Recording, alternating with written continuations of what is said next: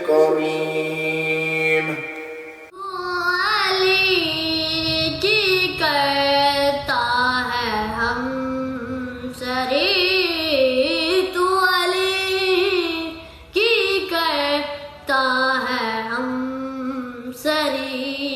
یہ تیرے ضمیر کی بھول ہے، تجھے میں علی کی ملا نہیں، تجھے میں علی کی ملا نہیں، تیری بندگی بھی فضول ہے، تو علی کی کرتا ہے ہم سری، یہ تیرے ضمیر کی بھول ہے، تجھے میں علی کی ملا نہیں، تجھے میں علی کی ملا نہیں، تیری بندگی بھی فضول ہے، تو علی کی کرتا ہے ہم سری۔ اعوذ باللہ من الشیطان الرجیم، بسم اللہ الرحمن الرحیم۔ شروع اللہ کے پاک نام سے جو بڑا مہربان اور نہایت رحم کرنے والا ہے۔ تمام تعریفیں اس رب ذوالجلال کے لیے جو وحدہ لا شریک ہے، جس کا نہ کوئی ہمسر ہے نہ کوئی ثانی ہے۔